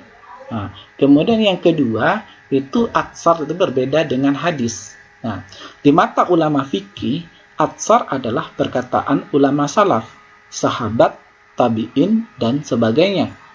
Di ulama Khurasan memaknai atsar sebagai perkataan sahabat. Az-Zarkashi memakai terma atsar untuk hadis mauquf. Apa itu hadis mauquf? Ya, hadis yang disandarkan kepada sahabat. Nah, hadis yang disandarkan kepada sahabat menurut Az-Zarkashi namanya atsar. Juga membolehkan pemakaiannya untuk hadis marfu, hadis yang disandarkan kepada Nabi. Nah, di sini bisa kita lihat perbedaan antara hadis, sunnah, khobar, dan atsar. Nah, di sini kalau kita melihat itu berbeda-beda pendapat ulama berkenaan dengan pengertian hadis secara istilah, pengertian sunnah, khobar, atsar secara istilah, itu berbeda-beda pendapat ulama. Di antaranya kita bisa lihat di sini. Nah, dan di sini juga kita dapat melihat perbedaannya. Kalau umpamanya hadis itu adalah perkataan, perbuatan, ketetapan atau sifat yang disandarkan yang bersumber dari Rasulullah setelah risalah, setelah Rasulullah itu diangkat sebagai Rasul. Nah, perkataan, perbuatan, ketetapan, sifat yang berasal dari Nabi setelah Nabi itu diangkat sebagai Rasul, itu namanya adalah hadis. Nah, di sini kita melihat perbedaan antara hadis, sunnah, khabar, dan atsar. Yang kedua itu sunnah. Kalau sunnah adalah perkataan, perbuatan, ketetapan, atau sifat yang bersumber dari Rasulullah, baik sebelum dan sesudah risalah. Menerima misi kerasulan, baik sesudah diangkat sebagai Rasul ataupun sebelum diangkat sebagai Rasul. Jadi dari sini kita dapat melihat bahwa sunnah itu maknanya itu lebih luas, lebih luas daripada hadis. Yang hadis ini terbatas hanya Nabi ketika diangkat sebagai Rasul, sedangkan sunnah itu tidak terbatas, artinya luas. Baik Nabi diangkat sebagai Rasul atau sebelum diangkat sebagai Rasul, itu dinamakan sunnah. Perkataan, perbuatan, ketetapan, sifat yang disandarkan kepada Rasul baik sebelum atau sesudah diangkat sebagai Rasul. Kemudian khabar adalah segala sesuatu yang bersumber dari Rasul. Bisa juga diartikan khabar adalah segala sesuatu yang bersumber dari Rasul dan sahabat. Khabar bisa bersumber dari Rasulullah, perkataan, perbuatan, ketetapan, sifat yang bisa bersumber dari Rasulullah bisa juga dinamakan khabar, bisa juga sumber yang berasal dari Rasul atau sahabat, itu juga bisa dinamakan sebagai khabar. Kemudian ada atsar. Atsar adalah segala sesuatu yang bersumber dari Rasul. Atsar segala sesuatu yang bersumber dari Rasul, baik perkataan, perbuatan, ketetapan, sifat. Dua, segala sesuatu yang bersumber dari Rasul dan lainnya, sahabat dan tabi'in. Bisa dari sahabat, bisa dari tabi'in, baik perkataan, perbuatan, ketetapan, atau sifat, itu juga dinamakan sebagai atsar. Kalau kita ingin melihatnya, melihat perbedaannya, kita dapat melihatnya di sini. Kalau kita ingin melihat persamaannya dari keempat istilah, yaitu hadis, sunnah, khabar, dan asar, itu menurut jumhur ulama, hadis dapat dipergunakan untuk maksud yang sama, yaitu bahwa hadis disebut juga dengan sunnah, khabar, dan asar. Begitu pula halnya sunnah dapat disebut dengan hadis, khabar, dan asar. Maka hadis mutawatir juga bisa disebut dengan sunnah mutawatir. Khabar mutawatir bisa juga disebut dengan sunnah mutawatir atau hadis mutawatir atau asar mutawatir. Begitu juga dengan hadis sahih, dapat disebut dengan sunnah sahih, dapat disebut dengan khabar sahih, dan dapat disebut dengan asar sahih. Karena keempat istilah hadis, sunnah, khabar, dan asar itu sama-sama, mereka itu sinonim, maknanya sama. Kalau kita ingin melihat persamaan antara as-sunnah, khabar, dan asar. Tetapi berdasarkan penjelasan mengenai hadis, sunnah, dan khabar, asar, ada sedikit perbedaan yang perlu diperhatikan antara hadis dan sunnah menurut pendapat dan pandangan ulama, baik ulama hadis maupun ulama usul, dan juga perbedaan antara hadis dengan khabar dan asar dari penjelasan ulama yang telah dibahas. Perbedaan-perbedaan pendapat ulama tersebut ia dapat disimpulkan sebagai berikut. Yang pertama, hadis dan sunnah. Perbedaan antara hadis dan sunnah. Hadis terbatas pada perkataan, perbuatan, takril yang bersumber dari Nabi SAW. Sedangkan sunnah segala yang bersumber dari Nabi SAW, baik berupa perkataan, perbuatan, takril, tabiat, budi pekerti, atau perjalanan hidupnya, baik sebelum diangkat menjadi Rasul maupun sesudahnya. Ini contohnya. Yang hadis dan sunnah kita dapat membedakan antara keduanya. Kalau hadis yaitu segala sesuatu yang bersumber dari Rasul setelah Rasul itu diangkat sebagai Nabi, perkataan, perbuatan, ketetapan, atau sifat. Sedangkan sunnah itu perkataan, perbuatan, ketetapan, sifat yang disandarkan kepada Nabi, baik yang bersumber dari Nabi, baik diangkat sebagai Nabi atau sebagai Rasul. Ini perbedaan antara hadis dengan sunnah. Kemudian kita lihat di sini perbedaan hadis dan khabar. Sebagian ulama hadis berpendapat bahwa khabar sebagai sesuatu yang berasal atau disandarkan kepada selain Nabi. Hadis sebagai sesuatu yang berasal atau disandarkan kepada Nabi, tetapi ada ulama yang mengatakan khabar lebih umum daripada hadis, karena perkataan khabar merupakan segala yang diriwayatkan baik dari Nabi maupun yang selainnya.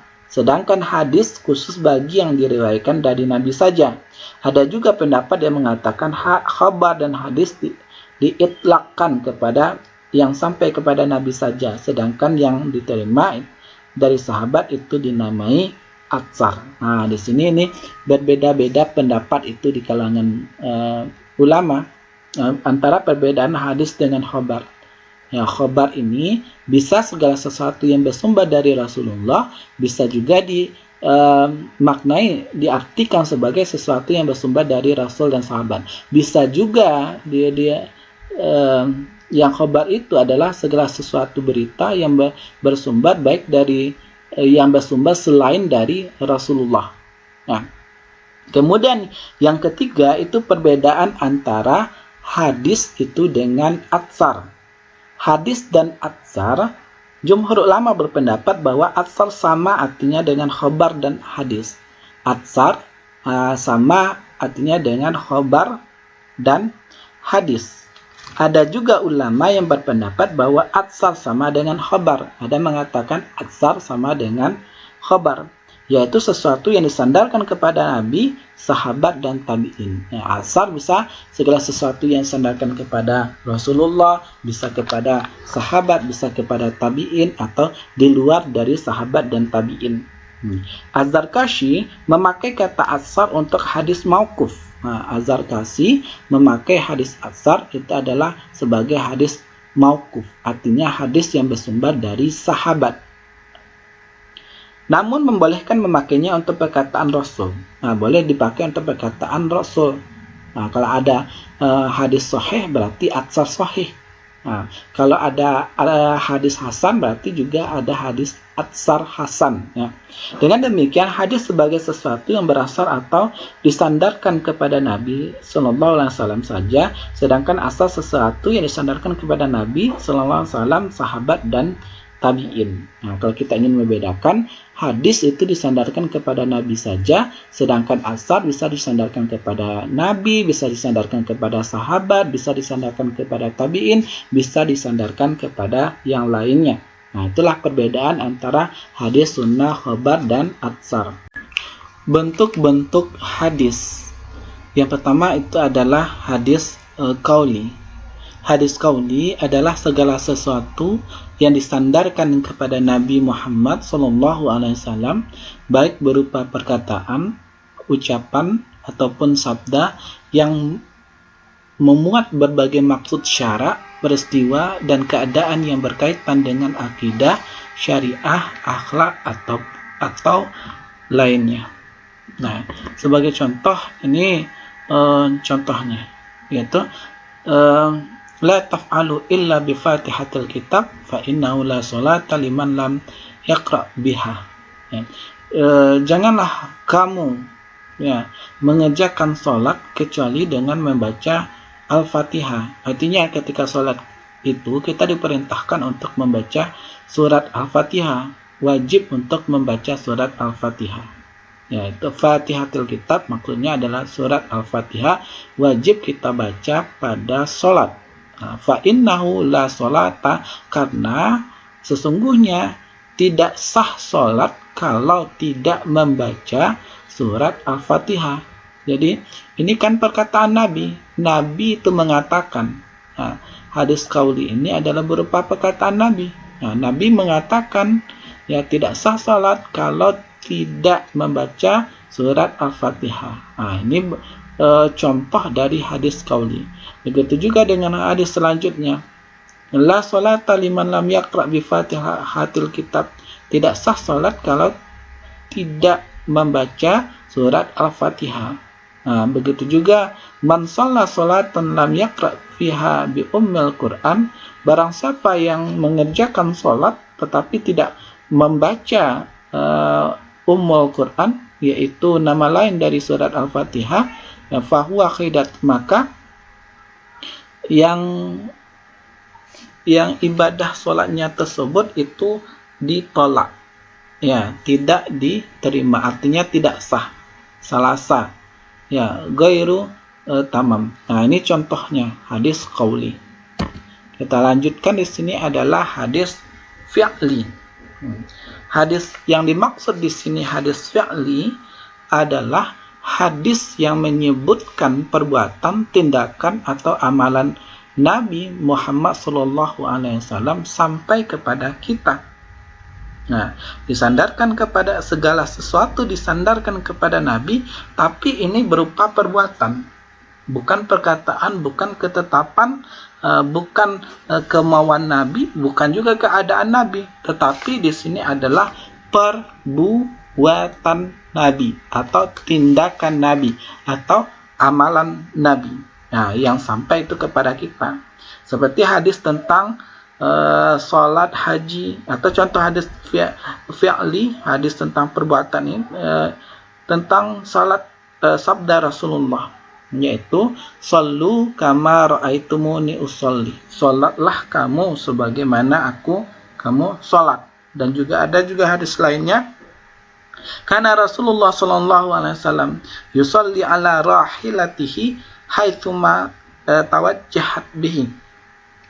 Rasulullah Shallallahu Alaihi Wasallam sholat di atas tunggangannya kemana saja tunggangannya tersebut itu berada. Nah, ini sebagai contoh hadis fi'li. Ini, wahai anakku, sholatlah kalian sebagaimana sholatnya Nabi Shallallahu Alaihi Wasallam. Beliau bersabda, itu sallu kama ra'aitumuni usolli, salatlah kalian sebagaimana kalian melihat aku salat. Hadis riwayat Bukhari. Nah, ini merupakan perintah dari Rasulullah dalam hal bentuk hadis fi'li. Ya. Kemudian ada juga berkenaan dengan hadis fi'li, yaitu hadis tentang dalil salat itu di atas kendaraan. Anna Nabi kana yusalli ala rahilatihi nahwal masyriqi fa iza arada ayusalli al maktubah nazala fastaqbalil qiblah.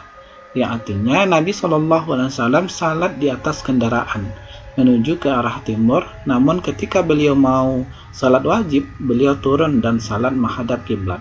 Nah, hadis ini contoh sebagai hadis fi'li, hadis yang merupakan perkataan, tindakan atau amalan Nabi SAW yang sampai kepada kita. Kemudian selanjutnya yaitu hadis takriri. Takriri artinya penetapan, takririyah yaitu perkataan dan perbuatan tertentu yang dilakukan oleh sahabat di hadapan Nabi Muhammad atau sepengetahuan beliau, namun beliau diam dan tidak menyanggahnya dan tidak pula menampakkan persetujuannya atau malahan menyokongnya. Hal semacam ini dianggap sebagai penetapan dari Nabi Muhammad, walaupun beliau itu dalam hal ini hanya bersifat pasif atau diam. Nah, dan juga ini bisa dimaknai bahwa ini adalah segala hadis yang berisi segala ketetapan Nabi terhadap apa yang datang dari sahabat Nabi, atau membiarkan suatu perbuatan yang dilakukan oleh para sahabat setelah memenuhi beberapa syarat baik mengenai pelakunya maupun perbuatannya. Nah, di antara contoh hadis takriri ialah sikap Rasulullah yang membiarkan para sahabat melaksanakan perintahnya sesuai dengan penafsirannya masing-masing. Nah, ini sebagai contoh hadisnya, yaitu An Ibni Umar qala, hadis yang diriwayatkan itu dari Ibnu Umar itu berkata, qala Nabi sallallahu alaihi wasallam, Nabi sallallahu alaihi wasallam itu bersabda, lana lama raja'a,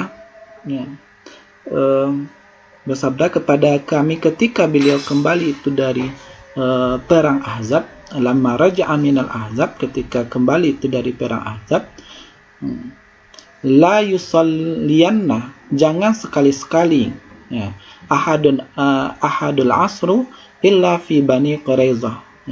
Jangan sekali-kali kamu sholat, salah seorang itu di antara kalian sholat asar di perkampungan Bani Quraizah. Fa'atraka ba'dahum al-asru fil tariqi. Lalu tibalah waktu salat ketika mereka masih di jalan. Lalu tibalah waktu salat ketika mereka itu masih di jalan. Faqala ba'duhum la nusalli hatta na'tiyaha.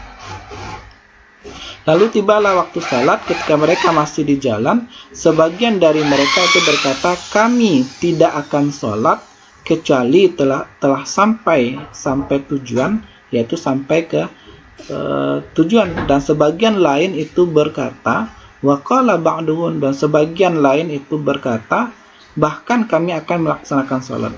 Bal nusalli, kami akan melaksanakan salat, sebab beliau tidaklah bermaksud demikian, sebab lam yurad minna, sebab beliau tidaklah bermaksud demikian.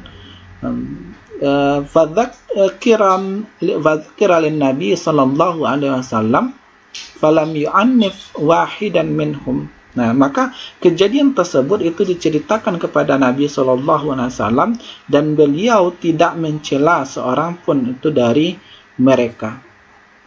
Ini Bapak ulangi lagi, janganlah ini adalah ketetapan Nabi, ya, bahwasanya dikisahkan bahwa ketika beliau itu kembali itu dari perang Ahzab, ya, Nabi itu memerintahkan jangan sekali-kali salat seorang dari kalian salat asar kecuali di perkampungan Bani Quraizah. Lalu tibalah waktu salat, ketika mereka masih di jalan, sebagian dari mereka itu berkata, kami tidak akan salat kecuali telah sampai kepada tujuan. Dan sebagian lain itu berkata, ya, bahkan kami akan melaksanakan salat, sebab beliau tidaklah bermaksud demikian. Maka kejadian yang seperti itu dilaporkan kepada Rasulullah, diceritakan kepada Rasulullah, dan beliau tidak mencela seorang pun itu dari mereka. Sebagian sahabat itu memahami larangan tersebut sehingga mereka tidak melaksanakan sholat asar pada waktunya. Sedang segolongan sahabat lainnya memahami perintah tersebut dengan perlunya segera menuju Bani Quraizah dan jangan santai dalam peperangan, sehingga dapat salat tepat pada waktunya. Sikap para sahabat ini dibiarkan oleh Nabi SAW tanpa ada yang disalahkan atau diingkari. Nah, itulah sebagai contoh ketetapan dari Nabi. Nabi menetapkan menetapkan suatu perbuatan tertentu. Ya. Hadis Hammi adalah hadis yang menyebutkan keinginan Nabi SAW yang belum sempat beliau realisasikan, yang belum sempat beliau laksanakan, seperti halnya keinginan untuk berpuasa pada tanggal 9 Muharram, hari Asyura, sebagaimana diriwayatkan itu dari Abdullah bin Abbas. Nah, hadis dari Abdullah bin Abbas radhiyallahu anhuma yaqul hina shoma Rasulullah sallallahu alaihi wasallam, yang mendengar dari Abdullah bin Abbas radhiyallahu anhu berkata, saat Rasulullah sallallahu alaihi wasallam shoma berpuasa itu pada hari Asyura, dan juga memerintahkan para sahabat, ya, yauma Asyura, wa amara bisiyamihi, dan memerintahkan sahabat untuk berpuasa itu pada hari Asyura. Qalu ya Rasulullah, ya, kemudian para sahabat itu berkata, wahai Rasulullah, itu adalah hari yang sangat diagungkan. Innahu yakumu tu'azzimuhu al-yahudu wan nasara. Itu adalah hari yang sangat diagungkan oleh kaum Yahudi dan Nasrani. Faqala Rasulullah sallallahu alaihi wasallam, maka Rasulullah sallallahu alaihi wasallam itu bersabda, fa iza kana al-amu al-muqbilu insyaallah sumnal yaumat tasi'ah. Pada tahun depan, fa iza kana al-amul muqbilu, pada tahun depan, insyaallah sumnah, kita akan berpuasa pada hari ke-9, kepada hari ke-9 Muharram. Qala, falam ya'ti, maka berkata, falam ya'til amul muqbilu hatta tuwaffiya Rasulullah sallallahu alaihi wasallam. Nah, tahun depan itu pun tak kunjung tiba hingga Rasulullah sallallahu alaihi wasallam wafat. Nabi sallallahu alaihi wasallam ya belum sempat merealisasikan hasratnya, belum sempat itu mengamalkan keinginannya, karena wafat sebelum sampai bulan Asyura. Menurut Imam Syafi'i dan para pengikutnya, bahwa menjalankan hadis Hammi ini disunnahkan sebagaimana menjalankan sunnah-sunnah yang lainnya. Hadis Ahwali adalah hadis yang menyebutkan hal ihwal Nabi Sallallahu Alaihi Wasallam, keadaan Nabi Sallallahu Alaihi Wasallam yang menyangkut keadaan fisik, sifat-sifat dan kepribadian dari Nabi Muhammad SAW. Nah, ini sebagai contohnya di sini ada beberapa hadis, diantaranya ada hadis yang menyebutkan fisik Nabi itu tidak terlalu tinggi dan juga tidak pendek, sebagaimana dikatakan oleh di dalam hadis kepada Sahih Bukhari, hadis 3283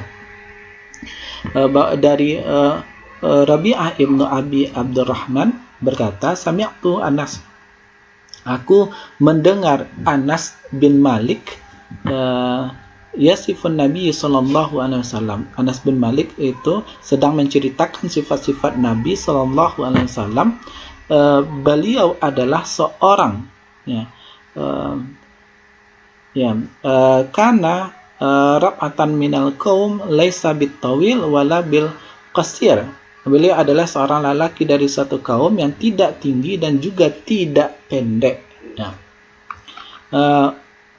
Uzhara al-launi laisa bi abyadi amhaqa. Kulitnya itu terang, tidak terlalu putih dan tidak pula terlalu kecoklatan. Wala adama laisa bi ja'din qatatin wala sabtin rajulin unzila alaihi. Rambut beliau itu tidak terlalu keriting dan tidak lurus kepada beliau. Diturunkan wahyu saat usia beliau itu telah 40 tahun. Unzila alaihi wa huwa ibnu arba'ina. Diturunkan wahyu saat usia beliau itu 40 tahun, lalu menetap di Makkah selama fala bisa di Makkah asyra sinin. Menetap di Makkah itu selama 10 tahun, kemudian diberi wahyu lagi. Yunzalu alaihi wabil Madinah asyra sinin. Dan beliau itu menetap di Madinah selama 10 tahun. Lalu beliau itu meninggal dunia. Wa qubida wa laysa fi ra'sihi, dan ada rambut yang beruban pada kepala dan jenggot beliau dengan tidak lebih dari 2 helai. Fi ra'si walihati ashruna sa'arahu bayda'a. Dan ada rambut yang beruban pada kepala dan jenggot beliau dengan tidak lebih dari 20 helai. Ashruna sa'aratan bayda'a, tidak lebih itu dari 20 helai. Hadis ini menceritakan tentang keadaan fisik dari Nabi. Kemudian lanjut hadis dari Sahih Muslim pada hadis 4325, yaitu dari Simak dari Harbin, qala sami'tu Jabira, dia berkata, aku mendengar Jabir bin Samurah su'ila an syai' bin Nabi sallallahu alaihi wasallam. Lalu ditanya tentang uban Nabi sallallahu alaihi wasallam. Faqala, lalu dia menjawab, iza wahana ra'sahu lam yura minhu syai'un.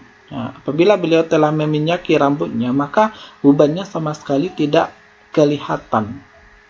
Wa iza lam yuthan ru'iya minhu.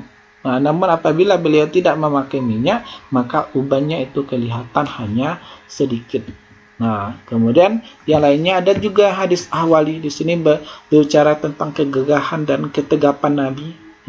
Hadis anil Barra, hadis dari Barra Ibnu Azib radhiyallahu anhuma berkata, kana Nabi sallallahu alaihi wasallam marbu'an ba'idan ma baina al-mankibaini. Dari Al-Barra bin Azib berkata, Nabi sallallahu alaihi wasallam bertinggi sedang dan jarak antara kedua bahunya berjauhan berdada bidang. An Anas qala kana Nabi sallallahu alaihi wasallam daqmal yadaini lam ara ba'dahu mislahu. Dari Anas radhiyallahu anhu, dia berkata, Nabi sallallahu alaihi wasallam adalah seseorang yang berlepas kekar. Aku tidak pernah melihat orang yang menyerupai beliau. An Ummi Hani qalat ma ra'aitu batna Rasulullah sallallahu alaihi wasallam qattun illa zakartu al-qaratisa al-matniyata ba'duha ala ba'din. Dari Ummu Hani berkata, saya tidak melihat bentuk perut Rasulullah sallallahu alaihi wasallam kecuali saya ingat lipatan kertas-kertas yang digulung antara satu dengan lainnya. Hadis riwayat Abu Dawud. Seperti inilah contoh dari hadis ahwal. Ya, hadis yang menyebutkan hal ihwal, keadaan Nabi yang menyangkut keadaan fisik, sifat-sifat, dan kepribadiannya.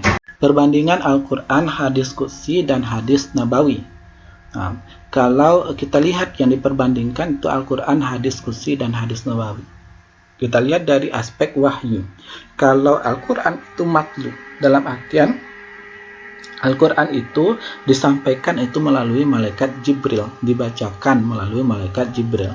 Sedangkan hadis qudsi ghairu matlu, hadis qudsi itu tidak disampaikan melalui malaikat Jibril.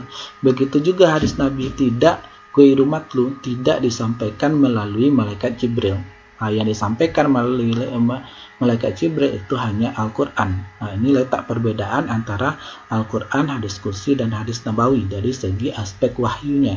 Kemudian yang kedua, dari segi aspek makna, Al-Quran maknanya itu bersumber dari Allah. Maknanya dari Allah. Hadis qudsi maknanya dari Allah. Hadis Nabi itu bisa dari Allah, bisa dari Nabi. Kemudian dari segi lafal, Al-Quran itu lafalnya dari Allah, dan hadis qudsi lafalnya itu dari Nabi, dan hadis nabawi itu lafalnya itu dari Nabi. Wa ma yantiqu 'anil hawa in huwa illa wahyu yuha. An-Najm ayat 3 sampai 4. Pada hakikatnya apa yang disampaikan oleh Nabi, disampaikan oleh Nabi itu berupa hadis, itu bukan berdasarkan dari hawa nafsu itu sendiri Nabi, tetapi itu disampaikan berdasarkan wahyu yang diwahyukan kepada Nabi-Nya. Artinya semua ini Al-Quran, hadis qudsi, Al-Quran, hadis qudsi, hadis nabawi, kalau hadis itu kan terbagi juga kan. Kalau hadis qudsi, hadis nabawinya itu memang benar-benar sahih, memang benar berasal dari Nabi setelah diteliti, maka hadis tersebut itu tidak akan pernah bertentangan dengan Al-Quran. Karena apa? Karena sama-sama pada dasarnya ini sama-sama bersumber itu dari Allah. Karena hadis Nabi ini juga merupakan wahyu. Nabi itu berbicara bukan berdasarkan hawa nafsunya, tapi berbicara dari wahyu yang telah diwahyukan kepadanya. Kemudian kita lanjut di sini tentang contoh dari hadis qudsi. Jadi kita mesti harus memahami dulu apa itu yang namanya hadis qudsi.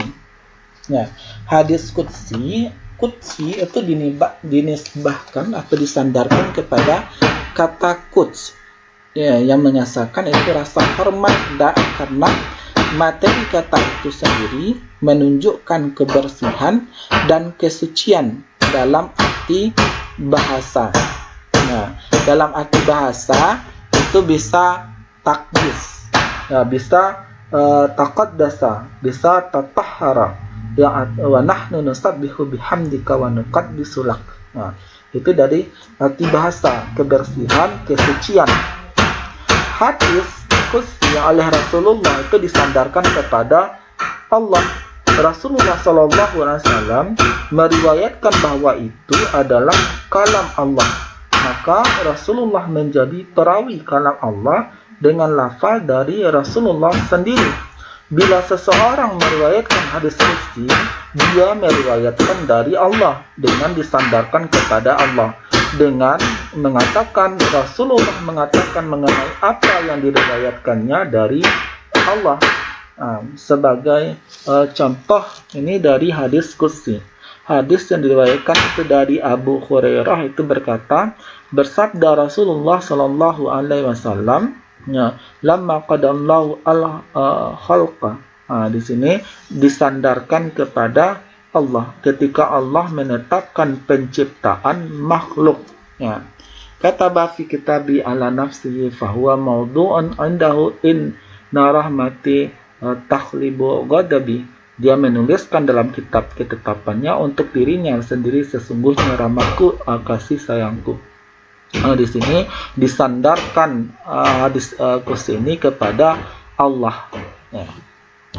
Kemudian contoh dari hadis kursi ini ada juga hadis yang diriwayatkan dari Abu Hurairah, ya, bahwasanya Rasulullah SAW itu bersabda, berfirman Allah Subhanahu wa taala, anfik ya ibna Adam, anfik alaika. Diriwayatkan dari Abi Hurairah radhiyallahu anhu, sesungguhnya Rasulullah sallallahu alaihi wasallam bersabda, Allah Subhanahu wa taala berfirman, berinfaklah wahai anak Adam, jika kamu berbuat demikian, aku memberi infak kepada kalian. Begitu juga ada contoh lain hadis qudsi, yang mana hadis qudsi ini selalu disandarkan kepada Allah. Hadis yang diriwayatkan dari Abu Hurairah radhiyallahu anhu berkata, bersabda Rasulullah sallallahu alaihi wasallam, setiap amal anak Adam itu pahalanya itu dilipat gandakan 10 kali lipat sampai 70 kali lipat. Qala Allah azza wa jalla, Allah Subhanahu wa taala itu berfirman, illa saum, kecuali pahala saum, karena sesungguhnya saum itu adalah untukku, akulah yang akan memberikan pahalanya, wa ana ajzi bihi, ya, akulah yang akan memberikan pahalanya. Ini disandarkan kepada Allah. Begitu juga dengan hadis yang di bawah, hadis yang diriwayatkan dari Abu Hurairah, berkata Rasulullah sallallahu alaihi wasallam, yaqulullah, selalu disandarkan kepada Allah azza wa jalla, ana inda dhanni abdi bi wa ana ma'ahu inda yazkuruni, in zakarani fi nafsi zakartu fi nafsi, wa inna zakarani fi mala'in zakartuhu fi mala'in wa khairun minhu. Ya, aku itu menurut sangkaan hambaku itu terhadapku. Ya, aku bersamanya bila dia menyebut namaku di dalam dirinya. In zakarni fi nafsihi zakartuhu, maka aku pun menyebutnya dia dalam diriku, wa in zakarani fi mala'in zakartuhu, maka aku pun menyebutnya di dalam diriku bila dia menyebutku di dalam kalangan orang banyak, aku pun menyebutnya di kalangan orang banyak yang lebih baik daripada itu. Ini sebagai contoh hadis qudsi, yang mana hadis qudsi ini disandarkan kepada Allah. Ciri khusus Al-Quran yang tidak dimiliki oleh hadis. Yang pertama, lafal dan maknanya itu dari sisi Allah. Yang namanya lafal dan makna Al-Quran itu dari Allah dengan wahyu yang jelas. Kemudian ciri khusus Al-Quran yang tidak dimiliki hadis yaitu mukjizat yang kekal. Yang Al-Quran itu mukjizat yang kekal, terpelihara dari segala perubahan dan pergantian lafal dan huruf serta redaksinya diriwayatkan secara mutawatir. Inna nahnu nazzalna dzikra wa inna lahu lahafizun. Sesungguhnya kamilah yang menurunkan Al-Quran itu dan sesungguhnya kami benar-benar memeliharanya. Artinya di dalam Al-Quran Allah sendiri menyatakan bahwasanya yang namanya Al-Quran itu terpelihara dari perubahan dan pergantian lafal ataupun huruf. Ini yang ciri khusus Al-Quran yang tidak dimiliki oleh hadis. Kemudian ciri khusus Al-Quran yang tidak memiliki hadis yaitu Al-Quran itu diharamkan meriwayatkan Al-Quran secara maknawi. Sedangkan kalau hadis itu dibolehkan meriwayatkan hadis secara maknawi.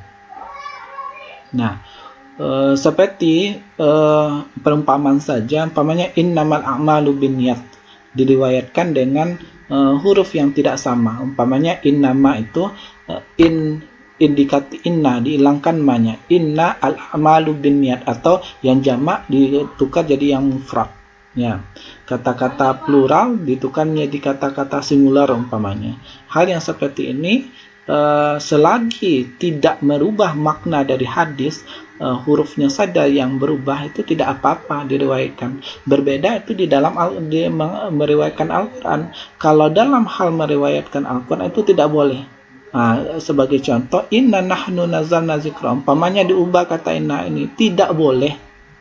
Diharamkan. Diharamkan meriwayatkan Al-Quran secara maknawi. Kemudian Al-Quran diharamkan disentuh dan dibaca oleh orang junub dan berhadas. Innahu laqur'anul karim fi kitabim maknun. Sesungguhnya itu adalah benar-benar Al-Quran yang mulia yang tersimpan adalah kitab yang terjaga. La yamassuhu illal mutahharun, tidak boleh menyentuhnya kecuali orang-orang yang suci. Ini dalil bagi ulama bahwasanya diharamkan disentuh dan dibaca oleh orang yang junub dan berhadas. Tanzilum rabbil alamin, diturunkan dari Tuhan itu semesta alam.